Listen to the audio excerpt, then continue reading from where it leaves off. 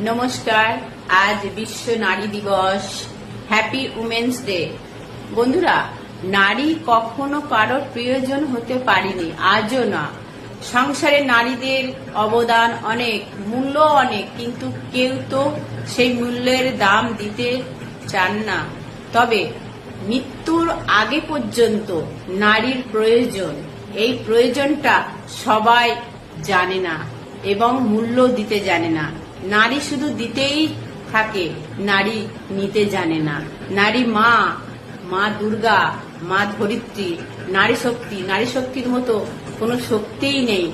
এই নারী শক্তি যখন জেগে ওঠে পুরুষাশ্রিত সমাজে, নারীদের অসীম ক্ষমতা, এই নারী জানে না কি করতে পারে। তাই বলি, নারীদেরকে সম্মান করুন বন্ধুরা। নমস্কার।